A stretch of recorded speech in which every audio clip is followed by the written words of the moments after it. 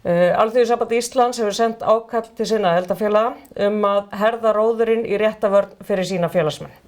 Þannig að þegar félagsmenn koma til stéttarfélagana þá þarf að bregðast strax við og í raun þurfa félagsmenn að vera betur meðvitaðir réttindi sín og koma fyrr til stéttarfélagana.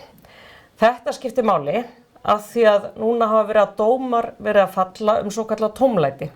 Þannig að sá tími sem hefur yfirleitt verið gefinn til að reyna að leita sátta og gefa atvinnurekendum færi á að leiðrétta, að hann í rauninni fólki hefnist fyrir að nýta sér þann tíma. Við höfum verið að reyna að ná samkomulagi við Samtök atvinnulífsins að breyta lögunum, þannig að við girðum fyrir þetta.